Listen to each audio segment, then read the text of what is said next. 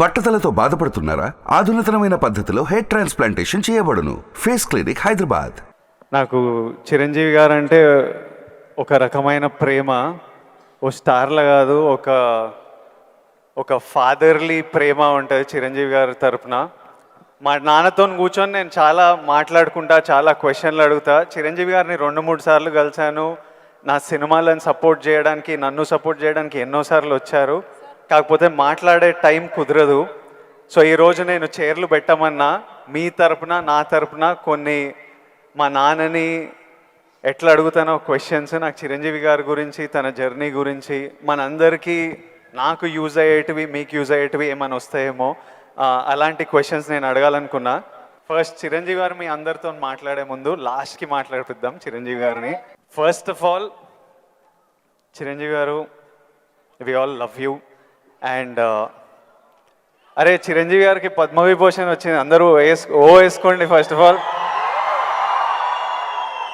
మీకు తెలుసా, అసలు ఇండిపెండెన్స్ వచ్చినప్పటి నుంచి ఇండియాలో ఒక 300 మందికి వచ్చింది పద్మవిభూషణ్. అంత రేర్ అవార్డ్ అది చిరంజీవి గారికి మన తెలుగు స్టేట్స్ నుంచి వచ్చింది. మనం అందరం చాలా గర్వంగా ఫీల్ అవుతున్నాము. సో చిరంజీవి గారికి చప్పట్లు అందరికి. First of all let's celebrate. Thank you Vijay. నేను మీ ఏవి చూస్తున్నప్పుడు మా అందరికీ మీ జర్నీ తెలుసు. ఆ జర్నీ చూసినప్పుడల్లా మళ్ళీ లోపల ఎమోషన్ కలుగుతుంటుంది. ఇప్పుడు నేను ఈరోజు ఇక్కడ ఉంటానని నేను ఎప్పుడు అనుకోలేదు. ఫర్ ఎగ్జాంపుల్ మా నాన్న మిమ్మల్ని ఫస్ట్ టైం షేర్ చేసినప్పుడు మా నాన్న కన్నీళ్ళు వచ్చేసినాయి. ఎందుకంటే మిమ్మల్ని స్క్రీన్ మీద చూసి ప్రేమించి అదొక ఎమోషన్. ఎస్పెషలీ ఆ టైమ్స్లో అదొక విపరీతమైన ఎమోషన్. అలాంటిది మా కొడుకు వల్ల నేను చిరంజీవి గారితో స్టేజ్ మీద ఉన్నా, నన్ను కౌగిలించుకుంటున్నారు అన్నది ఇంటికి వచ్చిన తర్వాత కూర్చొని మాట్లాడుకునే ఎన్నో రోజుల మొన్నటి వరకు కూడా మాట్లాడుకునే ఇన్సిడెంట్ అది. అంత స్ట్రాంగ్ ఎమోషన్. సో నాకు తెలియదు, మా నాన్నకు తెలియదు మేము ఈరోజు ఇక్కడ ఉంటామని. మీరు ఎప్పుడన్నా ఊహించారా ఈరోజు మీరు మెగాస్టార్ చిరంజీవి అవుతారని? మీకు ఈ పద్మభూషణ్, పద్మవిభూషణ్ ఇంత గుర్తింపు, ఇంత ప్రేమ అవుతారని మీరు ఎప్పుడన్నా, మీరు యంగ్ ఉన్నప్పుడు ఎలా ఆలోచించేవారు? ఎప్పుడన్నా ఊహించారా? ఇది నా ఫస్ట్ డౌట్. ఆ ఊహ ఒకే రోజు మొదలవలేదు. నా ఇంట్రెస్ట్ నేను అలా పెంచి పోషించుకుంటూ వెళ్ళే తరుణంలో నాకు కొన్ని విజువల్స్ అనేది నాకు కనపడుతూ ఉండేవి, ఊహించుకుంటుండేవాడిని. దానికి కారణం బహుశా నాకు చిన్నప్పుడు ఏర్పడిన తారసపడినటువంటి చిన్న ఇన్సిడెంట్స్. నేను 10th క్లాస్లోను, డిగ్రీల్లోనూ డ్రామాలు వేసినప్పుడు, కాలేజీ బెస్ట్ యాక్టర్ వచ్చినప్పుడు, స్కూల్ బెస్ట్ యాక్టర్ వచ్చినప్పుడు నేను నడుచుకుంటూ వెళ్తుంటే అందరూ ఇతనే ఆ సినిమాలో ఆ కథలు అవి ఆ నాటికలో చేసింది అది అని అందరూ పొగుడుతుంటే మొత్తం చాలా గర్వంగా ఉండేది. అది రుచి మరిగే నేను ఆ రకంగా నా మైండ్ సెట్ లేదా ఒక బీజం లాంటిది నాకు ఆ క్షణానే పడింది అనుకుంటాను నేను నటుడు అవ్వాలని. ఒక నటుడైతే ఇంతమంది అటెన్షన్ ఉంటుందా?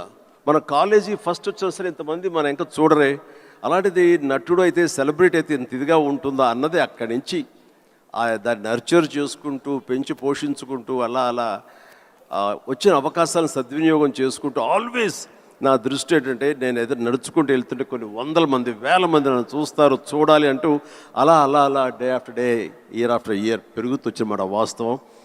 సినిమాల్లోనే రాణించాలి, సినిమాల్లోనే ఉండాలి అంటూ నా ఇష్టదైవమైన ఆ ఆంజనేయ స్వామిని నేను స్మరించుకుంటూ, ఆయనతో సంభాషించుకుంటూ, ఆయనతో బేరసారాలు ఆడుతూ, నువ్వు నన్ను ఆ పొజిషన్ తీసుకెళ్తే నేను నీ కోసం ఈ త్యాగాలు చేస్తాను, నీ కోసం ఇంత క్రమశిక్షణతో ఉంటాను, నన్ను ఆ పొజిషన్ తీసుకువెళ్ళు అంటూ నిరంతరం ఆయనతో ఇంటరాక్ట్ అవుతూనే వచ్చేవాడిని.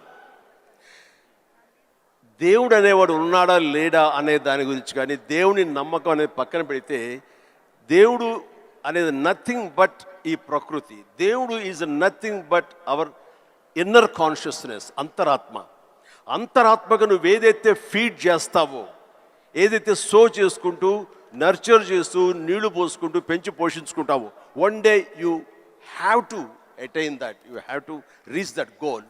అదే ఈరోజు జరిగింది. ఇప్పుడు మీరు కాబట్టి నీకు షార్ట్ ఆన్సర్, ఎస్, ఊహించారు, ఈ పొజిషన్ రావాలని ఊహించారు, అందుకే వచ్చారు. మీరు ఓకే స్కూల్లో నటించారు, ఆ ప్రేమ మీకు నచ్చింది, ఈ పొజిషన్ సినిమా మీకు ప్రేమ, సినిమాలో ఈ పొజిషన్కి రావాలనుకున్నారు, ఊహించారు. కానీ ఫస్ట్ టైం ఆ డెసిషన్ మీరు తీసుకొని మీ అమ్మా నాన్న వాళ్ళతోనూ చెప్పింటారు కదా, ఇప్పుడు ఊరు నుంచి సిటీకి రావాలి, నా కెరియర్ ఇదనుకుంటున్నాను అన్నప్పుడు మీ ఫ్యామిలీ వాళ్ళు ఎలా రియాక్ట్ అయ్యారు దానికి? నా అదృష్టం కొద్దీ మా నాన్నగారికి కూడా చిన్న సినిమా పిచ్చి ఉంది. అందుకని ఆయన అందులో రాణించలేకపోయారు. కానీ కొడుకు వెళ్తానంటే ఆయనకి ఇష్టమే, కానీ ఏమో అక్కడ పరిస్థితులు ఎలా ఉంటాయో, ప్రతికూల పరిస్థితులు ఏముంటాయో, తను రాణించగలడా లేదా అన్నది నాకున్నంత నమ్మకం నాన్నగారికి లేక సంశయించారు. లేదు నాన్న, నేను ఖచ్చితంగా వెళ్తాను, అది ఇది నువ్వు జస్ట్ పంపించు అని అంటే, సరే నాన్న అయితే వెళ్ళు, ఇన్స్టిట్యూట్ చేరతానన్నావు కాబట్టి, టెక్నికల్గా నేను నేర్చుకుని వస్తున్నావు అంటున్నావు కాబట్టి I will appreciate and welcome it.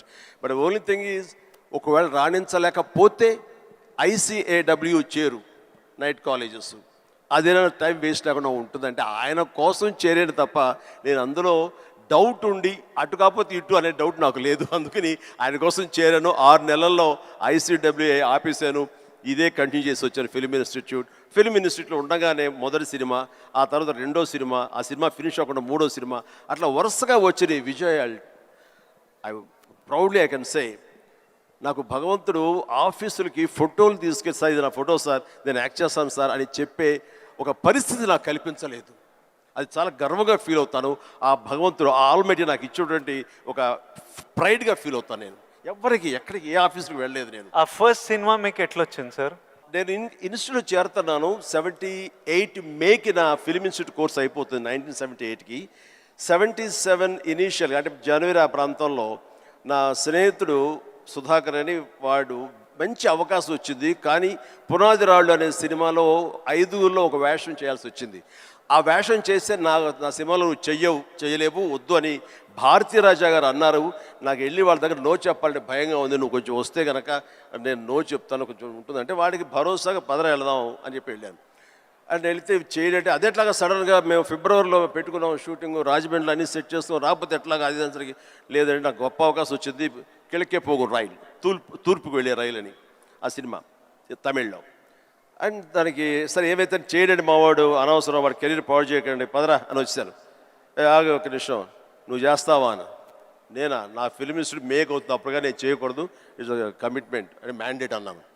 ఆ తర్వాత 2 రోజు వచ్చి నా ఇంటి ముందు కూర్చున్నారు వాళ్ళు. కాదు ఎవరు లేరు, నువ్వు చూస్తుంటే కొంచెం బాగున్నావు చెయ్యి అని చెప్పేసి. సరే మాకు కాలేజ్ ఇన్స్టిట్యూట్లో మాకు ఈ స్క్రీన్ టెస్ట్ల కోసం ఒక రోజు వెచ్చిస్తాం. సో మనం ఇది అవకాశం ఎందుకు తీసుకోకూడదనే ఉద్దేశంతో నేను సరే వస్తాను అన్నాను. అది ఫిబ్రవరి మంత్. ఫస్ట్ టైం రాజమండ్రిలో నా పేరు మార్చుకుని కెమెరా ముందు నిలబడింది ఆ సినిమా 74. ఆ సినిమా పూర్తి అవ్వలేదు, ఆ షూటింగ్ జరుగుతుండగానే అందులో నా యాక్టింగ్ చూసి కానీ, నా ఎంతూజాజం చూసి కానీ, అందులో ఉండే అసోసియేటు ప్రాణం ఖరీదు అనే సినిమా కూడా అసోసియేట్ అతను చెప్పాడు క్రాంతి కుమార్కి, సార్ సినిమా చేస్తున్నాము, చూడండి మన క్యారెక్టర్ అంటే.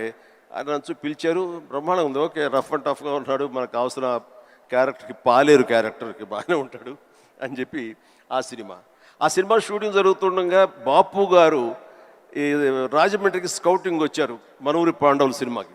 ఆ సినిమా షూటింగ్లో నన్ను చూసి మనం అనుకునే క్యారెక్టర్కి, ఆ రఫ్ క్యారెక్టర్కి ఈ అబ్బాయి బాగుంటాడే అని వాళ్ళు బుక్ చేస్తారు. ఆ సినిమా చూసిన తర్వాత బాలచంద్ర గారు మహానుభావుడు, గొప్ప డైరెక్టర్, ఇట్లాగా సినిమా తర్వాత వచ్చింది. ఇదంతా కూడా దైవ సంకల్పం. I bound to be here with this position. దీన్ని ఎలా నేను నిర్వచించను? ఆల్మైటీ ప్రకృతి అనివ్వండి, భగవంతుడు అనివ్వండి, నా ఆంజనేయ స్వామి అవనివ్వండి, ఆ తర్వాత దాన్ని ఆదరించి పెంచి పోషించిన వాళ్ళు మీరంతా. సుమన్ టీవీలో మీ పర్సనల్ అండ్ బిజినెస్ ప్రమోషన్స్ కోసం కింది నెంబర్కి కాంటాక్ట్ చేయండి.